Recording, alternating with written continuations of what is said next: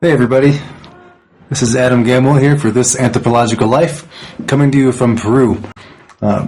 You may have noticed that was a strange noise that we just heard, but today we're talking about mate, the tea, and so this is, you may hear some interesting sound effects during today's show. I've been hoping for a while to be able to do some episodes here in Peru in the field, but as you can imagine, it's really quite busy, and so as luck would have it, I've been working with a friend of mine for the past month and a half on a separate project regarding quinoa conservation. More on that for another episode. But for now, so my friend is Guilherme Heiden. He's an agricultural engineering student from Rio Grande do Sul in southern Brazil. One of the things that he brought with him and brought into my life is the culture of drinking mate. Subsequently, after we met, I also found out that he's the head of Circle of Drink Brazil, which is the world's largest online mate drinking community, which is pretty cool. And after a month and a half of working with Guilherme, I can say that I too am hooked on mate. So one of the fun parts about this episode today is that I'm a U.S. citizen, he's a Brazilian citizen, we're working together in Peru, and we're talking about mate. Now, on TAL we've done episodes before on coffee, on beer, amongst other foods. So I thought this would be a great continuation of our exploration of food and drink cultures on This Anthropological Life. Now briefly, mate is tea. In regions where it's drunk, which now is all around the world, but, we'll get in some of the history predominantly in regions of Brazil, Uruguay, Paraguay, Argentina. Mate is culturally significant. It's as culturally significant as black tea is to Scotland, or as coffee is to Italians, or as wine is to France, or as we might also say as beer is to United States people. It's not just a beverage. Really, mate is this social and cultural unifier. It's this identifier that can move cross-national, cross-linguistic borders and create something that we want to explore today called the culture of mate. Well, what is that? So, Guillermo, thank you so much for joining me on today for a conversation. I'm really excited to be here. And so why don't we get started first by you telling us a bit about yourself? Well, I have to say that I'm thrilled by that, but, hello everybody, it's great to be here sharing a bit of my story and my culture with you, the Gaucho's culture. First of all, of course, a special hello to my Brazilian friends, to my university, my fellows from Federal University of Pelotas, to my people in the Circle of Drink, as Adam has already mentioned, the biggest mate circle in the world, brought to us by Dave Mate, who loves mate just like me, and now just like us. And it is a pleasure to be here talking and also drinking mate with you during this conversation. And I have to say that I really loved your first podcast about the World Cup in Brazil, so that made me really excited to be here, sharing a bit more about my country, and getting to explore it through your interesting anthropological viewpoint of the world. So thanks, Adam, for having me here. It's great. Thank you, and that's really nice of you to say. Why don't we dive in a bit more? Tell me a bit more. How did you learn English? You're from southern Brazil, and here we are in Peru speaking on an English podcast. Yeah, that's that's crazy. I have to say that I learned English back in 2013 when I received a scholarship from the Brazilian government through the Science Without Borders program. Mm-hmm. And through that I went to study in Budapest, Hungary. Even though the first language in Hungary is Hungarian, I had really good English lessons with Hungarian teachers and Europeans in general, and I ended up somehow learning English like many other Brazilians, and some of whom are still, I have to say that they are still active in the Science Without Borders web community. And what is really cool to me is that this program has had such a positive impact that many of us are still involved in the community, helping others to have the same opportunity as all of us, and trying to make all of us to speak English. So that's crazy, but that's the way. That's the way of the world right now, isn't it? That's really cool. I think that's one of the things I'm excited about to talk today, is that mate itself is sort of this emblem of globalization in one way, and that different cultures coming together and how they mix in unique ways. And so I thought we could kick things off by telling us a bit about who originally drank mate. Yeah, well, originally who drank mate were the indigenous tribes from South America. But I have to tell you that I like to say the Gauchos. I mean, in a short way, I have to say now I have to explain the Gauchos. Yeah. It's not fair. In short, we may say that the Gaucho culture is the result of a mix between different ethnic groups who inhabited the pampas, or grassland, or local landscape. And the first ethnic group are, of course, the indigenous populations who first lived there, and later on the Europeans who ended up I would say, in this southernmost part of Brazil and in South America itself, to colonize it. And some years later, people of African descent came from other regions of the Brazil colony and got together with the Europeans and the local indigenous to give birth to the Gauchos, who still inhabit our lands. So back then, around let me say 1680, life in the fields is characterized by grazing cattle and a nomadic lifestyle around the borders of southern Brazil, Argentina, Paraguay, Uruguay, more or less with a life based on the livestock. Later on, of course, with the establishment of the livestock farms, huge extensions of land were the farms and the first cities. The farms were the first cities in the region. With these guys, the Gauchos. So the mixture of the indigenous, the Portuguese, the Spaniards, and the African descents, these are the first guys who drank mate. Wow. And of course, with lots of traces from the Guarani and the Charrua tribes, who had always drink mate. And the Jesuits, missionaries, they spread the popularity of drinking mate. Yeah, it's a really interesting story.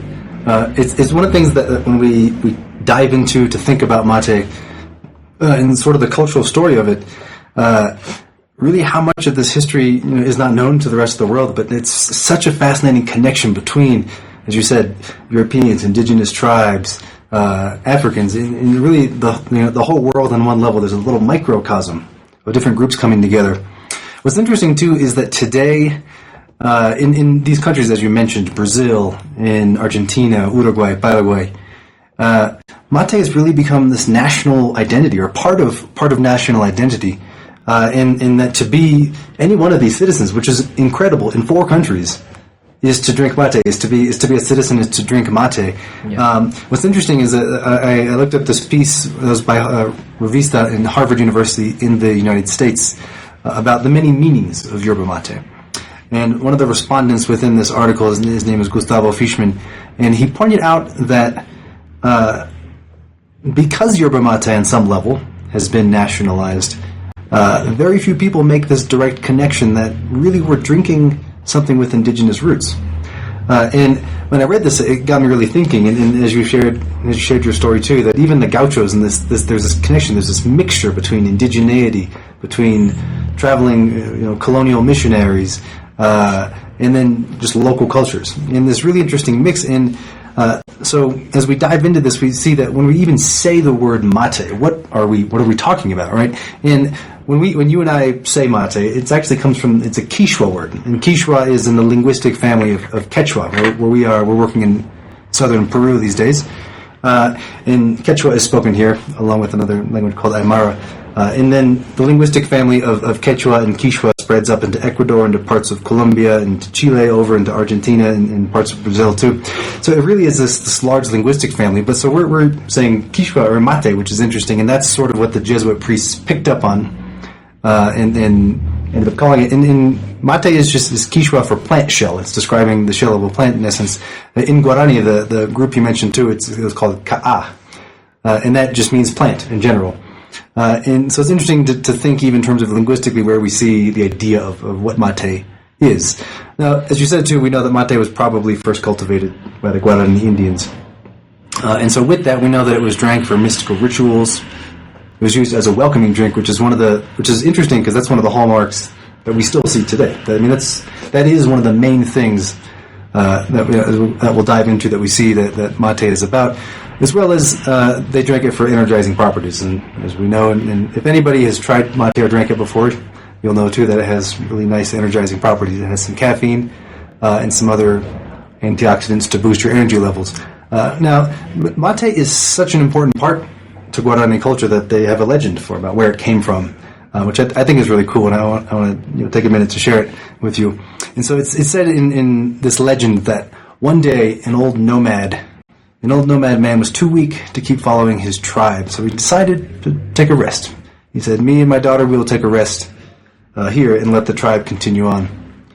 But they soon ran out of food. And so one night the stranger visited them and asked for food and for shelter. So the old father and his daughter generously gave away whatever they had. They had just a little bit left. They gave what they had to the stranger. Now he was surprised by such hospitality. This visitor, who was actually Tupa, the Guarani supreme god, which is always awesome to be visited by the supreme god, he was surprised by their hospitality, so he offered them a plant that he created to make the special kind of tea, so they would never be thirsty and they'd always remain healthy. This is where we got mate, it said. And so he also told them to share this beverage with others from the tribe.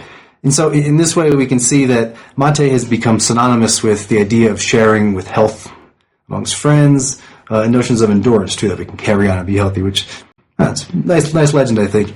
And then, as you pointed out too, Gil, which is helpful to think, is that then the habit of drinking mate itself spread throughout South America, first by Jesuit missionaries. They're the ones that picked up on it and then started bringing it to other missions, to other churches, and then later on by cowboys. Notice the gauchos, right? Yeah. Oh, gaucho. Gaucho. I'm trying to say it correct.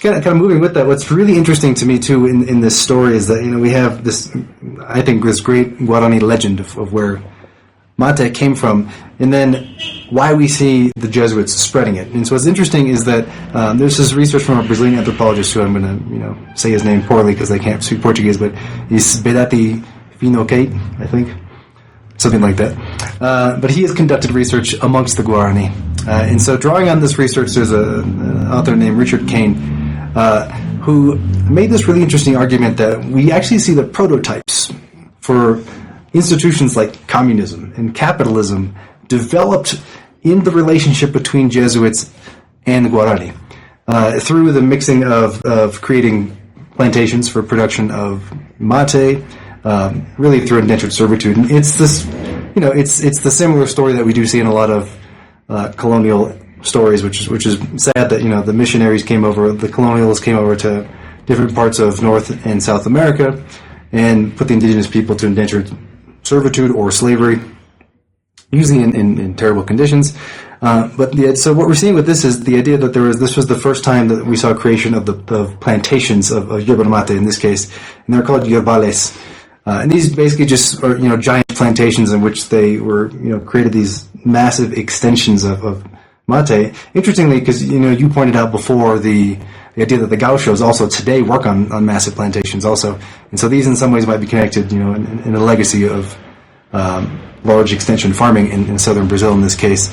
What's really interesting though is that what happened on these plantations, specifically on yerba mate plantation amongst the Guaranis and Jesuits, was where the first surplus of yerba mate was produced. But it was done in a way that the communities themselves were built around the socialist communist tradition of Karl Marx.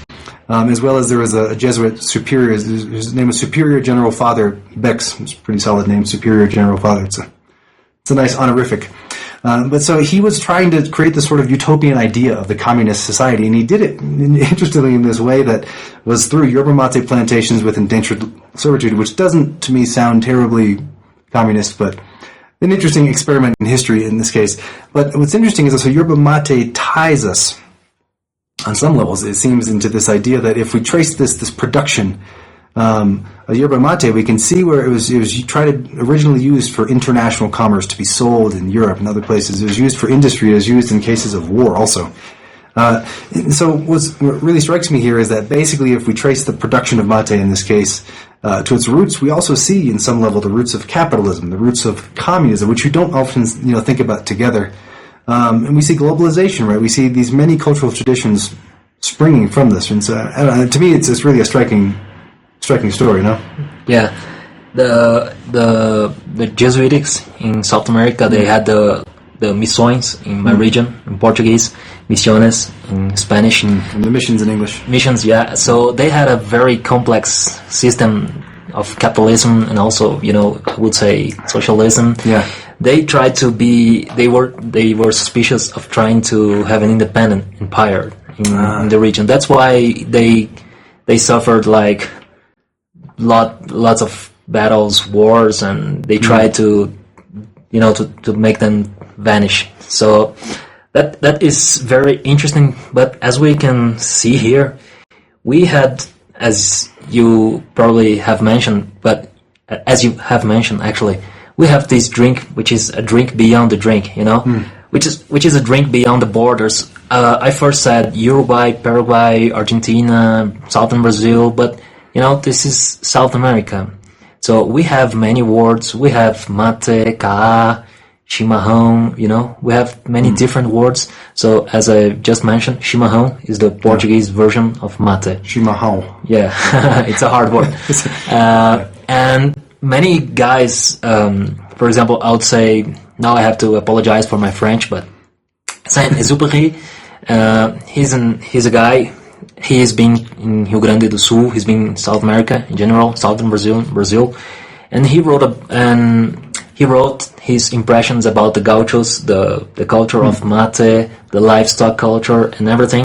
He had a very, very good impression about the complex system that we had in the time back then.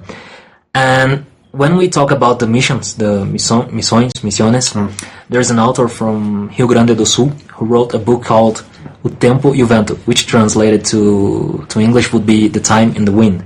It's a cool title. And it's a very cool title.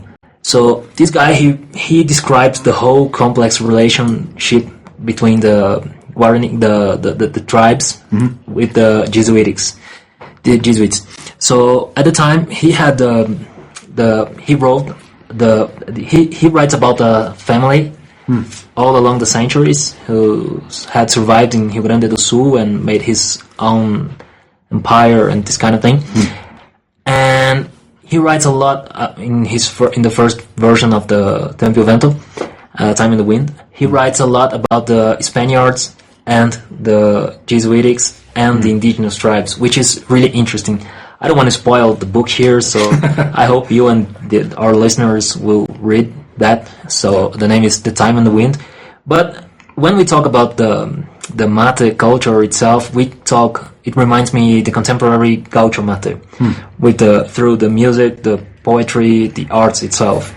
I would say some very important writers and poets have always talked about mate. People not very well known, like Aureliano Figueiredo Pinto, João da Cunha Vargas, José Hernández. These guys with their poems and writings, they had a whole mate literature, which is the Bible of the gauchos. This is great. They're great. And of course, some other poets and musicians like Jaime Caetano Brown from Rio Grande do Sul, Brazil, and José Larralde from Argentina. They sang through their pajadas and their songs a lot about mate as well. So these guys, they let our minds fly through this beautiful mate and gaucho lifestyle, So as we already mentioned, this is the drink beyond the drink, this is a lifestyle without borders, Yeah, it's really cool. I mean, one thing that really strikes me about that, as you're saying, is that we see artists. We have, there's paintings too, right? People have painting depictions. There's poetry. There's music. There's an entire, as you said, lifestyle. There's an entire, artistic, cultural tradition. Many of them, really, built around mate. And so, I'm thinking here. It's like, what is it about mate? As you said, this drink beyond the drink, or what is it about mate that does this? That like allows so many different forms of expression, that calls to so many people in so many forms of expression. To you, like, what is it about mate to you? Yeah, I think, and I think that we think in my region, the materos around the world, that the customs and the ritual of drinking mate makes it really special, For example, the customs and ritual of drinking the chimarrão mate, they're very complex and also quite simple because it has its own logic, Yeah. So it is a social drink, as we mentioned. And there are strict rules which must be obeyed, and when you're drinking with the others, with your friends, your relatives, it doesn't matter. So, for example, the host, the person who is offering the drink, the mate, this guy, he must be the first person to pour hot water over the tea in the gourd. And he's also the first person to drink. And you should see that this is very altruistic, as the first infusion is the strongest one. That's very bitter, So he's trying to be cool with you drinking. A nice guy thing. Nice guy. So he has the first sip because he's altruistic. He wants the best for you. So when he or she has drank all the chimarrão or the mate, he must refill the cuya, the gourd, with hot water from the thermos, and he should pass the drink to the next person. So I would say that usually people are served in order of importance, both socially or economically. That's really interesting, as you can see. Yeah, it is that there's an ethic of sharing, but there's also a sense of hierarchy, right, of power that's really interesting. That makes me think of there's a professor at Arizona State University in the United States named David William Foster, and he's been working in Argentina for 50 years. And one of the things he says when he's talking about Argentine culture, is one of the singular characteristics that we see is the omnipresence of mate, that it's everywhere, that every person is drinking mate. He says no matter how high you go on the social scale, no matter how high you go on the intelligentsia scale, the intelligent people, the people in the know, everybody is drinking mate, this indigenous drink. And there's something, and this is one of the things that really gets me thinking about mate in this case, is that we're talking both about your own region, the Gaucho region in southern Brazil. We see this in Argentina, we see it in Uruguay, Paraguay, and again, as we're saying, we're seeing it spread in other parts of the world too. But this omnipresence of this drink is really interesting, and there is this order, as you said, right? It's based around this ethic of sharing in a certain way. And what's really cool is that mate seems to have this capacity to transcend these kinds of borders, right? Coming back to the Harvard Revista article I mentioned a bit ago, another person that was interviewed about mate in there, her name is Milagros Zingoni, who's from Argentina. She's pointing out the idea that mate is socially inclusive. It transcends almost every barrier, is the hope, of course, right? She says that it can transcend social and racial, economic, gender, even sexual orientation. Of course, that's somewhat utopian in thinking, but I think it's a really fascinating, strong idea. And Milagros gave this really wonderful example of how she sees or has seen mate transcend borders that normally, the social borders that get put up for different reasons. She says that when she was a child and HIV was becoming an issue in the late 70s, early 80s in Argentina, a couple of doctors would purposefully share their mate with HIV-positive patients in order to encourage Argentines not to be afraid of people with HIV. That to me is such a powerful story, such a really powerful way of saying that mate has a capacity, and it's a drink, it's a social custom, it has these rules of etiquette, but then also it's used in this way to break down other social barriers. In this case, seeing people with HIV as untouchable or as dangerous or whatever. And to me, that really spoke to me, to see this form of storytelling. A second one I wanted to kind of point out is that this is more contemporary. Is that this is between the Vatican and Argentina, but Pope Francis is the first pope from South America. And he drinks mate. And this is a really, really cool thing. I mean, it's fun if you go to Google or Yahoo or whatever and search online. You type Pope Francis and mate, and you see photos of him drinking mate. What's really interesting is that by papal mandate, which is a law, a rule, by the Catholic Church, is that they call it Vatican Protocol. The rules of the Vatican is that the Pope is not allowed. He's forbidden from eating or drinking, showing himself consuming anything in public beside the Eucharist.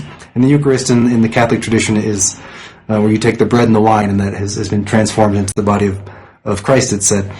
But Pope Francis has said, or he's sort of transcended this papal mandate because he chose to have mate with Argentine President Cristina Kirchner. To me, totally fascinating, and in public too. So they had lunch together, and then he said, "Oh, we will share mate." And so, to me, I mean, we can see even from the Catholic papal level to the idea of doctors sharing, across borders is really a fascinating, fascinating way that we see mate, changing borders, right, or just transcending them, right. That there are social customs, but even in the case of the Pope, we're seeing religious borders transcended, right? It's really something. Yeah, as we can see, the Pope Francis is not the only odd guy here. We are not. No. Pope is also the odd guy here. And I should tell you that since I stand on my own 2 feet, I spot mate everywhere in my region. Yeah. Both in the countryside or cosmopolitan cities from my region. Yeah. The Porto Alegre capital is full of materos, people who drink mate. They're always sipping from their gourds, and there's a joke that people tell that the gauchos, we were born with only one arm because the other one is always holding our mate. So, and the mate time for us has always been the sacred time. So you can be the richest guy in town or not. Oh, you will have your mate kit. You will always have your mate. You are the president, as we had Getúlio Vargas. He had his mate. Also, wow. Crazy dudes with their mate. So, and you will always share. That's the point. We have to share. And when we talk about the mate kit, like the items, as you can see, it's pretty simple. That's the gourd, or as we call it in Portuguese, the cuia. And it's made out of a kind of squash. There's this metal straw. The indigenous, the Guaranis, and the others, the Kaingang as well, they sip. In the past, they drank through the bamboo. Oh, bamboo stick, And you can also find that in mate places. And the tea itself, which is made out of the Ilex paraguariensis tree. It's more or less the branches and the leaves. The leaves, and that's it. Huh? And that's it. That's, as you can see, it's very natural. Yeah.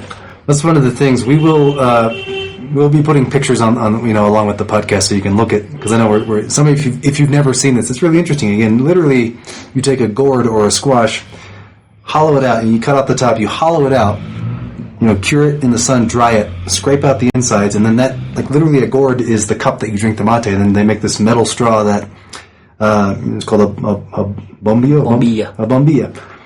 Metal straw that has a filter on the bottom that you put in the mate itself, and then helps filter keeps the tea from coming straight up the straw. But a really interesting, in many ways organic, cup itself. It's a really fun, interesting thing, way to drink, right? And so again, we're hoping to do a little video of us showing you how to make mate, because there is a very specific way of how you put the mate in the gourd, how you pour the water. It's really been fun to learn this. Yeah. Can you share with us I don't know if you have some notes about the plant itself, the Ilex paraguariensis. Sure. Can you share it with us? Yeah. I think it might be interesting for, our listeners to understand how organic and natural it is, Yeah, it's a great question. I mean, so it is called, you can say it better than I can, the Ilex paraguariensis is the scientific name of the plant. It's actually in the holly family, and so, folks in the U.S. that have ever put a holiday wreath on their door, it's the same kind of plant, more or less. Actually, in coca that grows in the Andes is also in the holly family. So there's an interesting connection between the coca leaf and the mate plant. But they have these nice big broad green leaves. So this mate itself, or this ilex, is native to South America. I mean, it comes from Argentina, Paraguay, Uruguay, southern Brazil, and a bit of Chile too. So that's, again, the region that we're talking about. So it's interesting that mate is, when you look at the culture itself, and we're talking about the Jesuits, the Guarani, again, we're in the mate region. Like there's a reason, there's a connection there. When people ask about mate, they say, I've had people say, does it have more caffeine than coffee? Does it have caffeine? What does it do? It does have caffeine. Which is interesting because for some people they actually call it matine versus caffeine. It's the same kind of thing, but I suppose it's somewhat chemically different, so it has also been called matane. But just to give some numbers, that it does have caffeine. It can have between 0.7 to 1.7% of caffeine, and this is compared to tea, which can have 0.3 to 0.9. So it can have tea often has less caffeine than mate, but coffee can have up to 3.2% caffeine. So yerba mate, in this case, yerba mate, is in between, your regular green tea or black tea and coffee in terms of caffeine. But it's got a bunch of other really good stuff. I mean, we don't need to go on the list of vitamins, but it's got a bunch of vitamin B's in it, and it has other really strong antioxidants too. So it's really good, anti-carcinogenic, anti-cancer factors. What I find really interesting about it, because coffee, if you've ever drinken it, which you likely have, can give you the jitters if you drink a lot of coffee. It makes your hands shake and you can feel your heart pounding. Mate doesn't really do that, and that's because it has less caffeine, but on top of that, it has other sort of chemical compounds. One is called theobromine and one's called theophylline, and both of these are actually really good for relaxing you. So mate both wakes you up and relaxes you at the same time. So it's this wonderful drink that you don't get jitters, but you feel energized and more awake. It's really actually good for the heart. It said. I'm not a doctor, so you can't take me to the bank. But it said, and just flavor-wise, if you've never had it, it just has a strong, pungent, really earthy taste. It's kind of bitter. It can have a grassy flavor.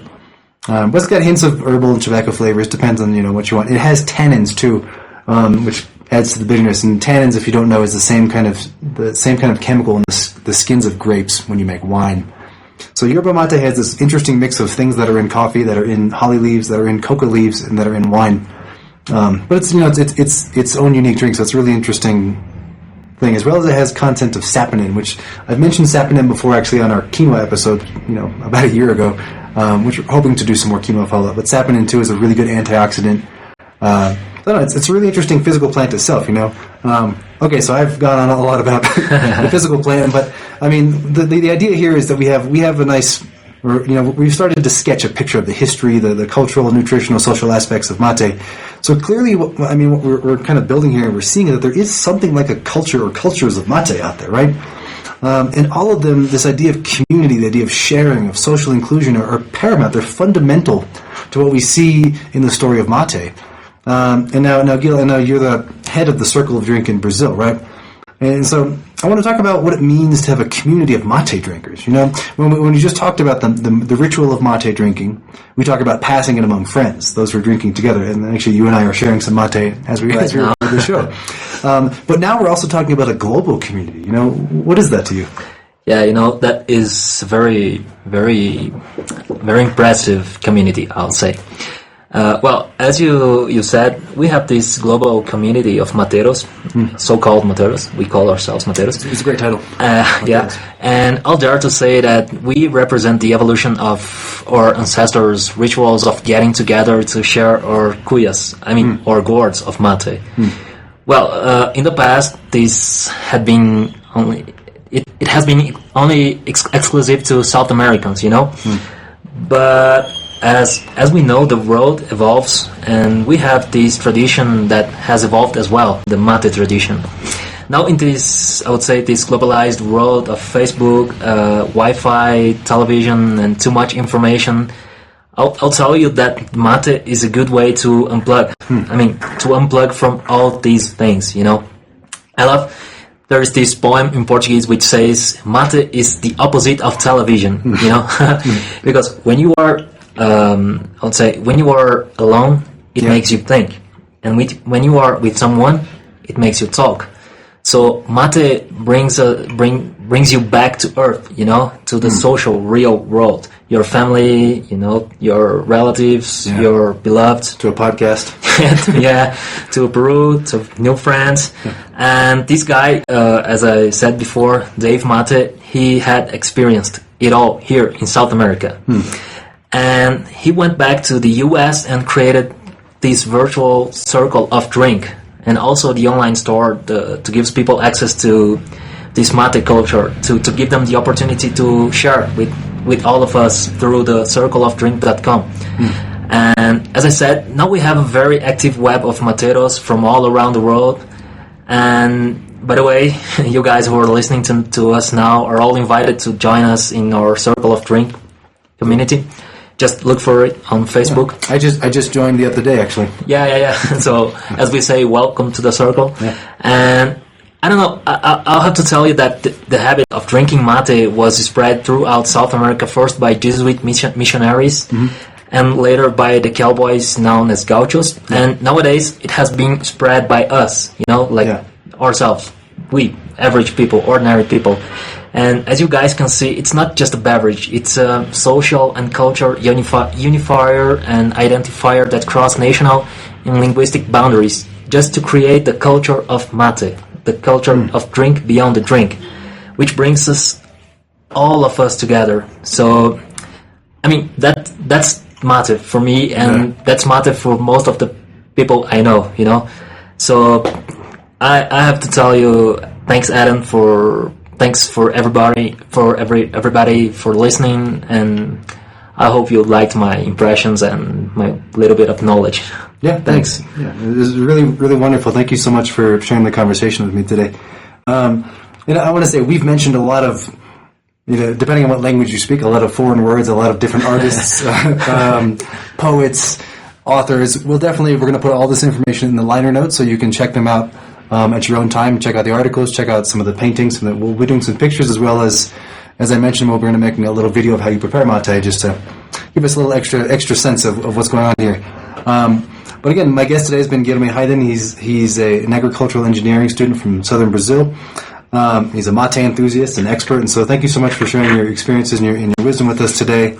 I think we're going to go finish our mate. Thank you very much. Yeah. So this is Adam Gamwell signing off for This Anthropological Life. Thanks for listening, and hope to see you next time from Peru.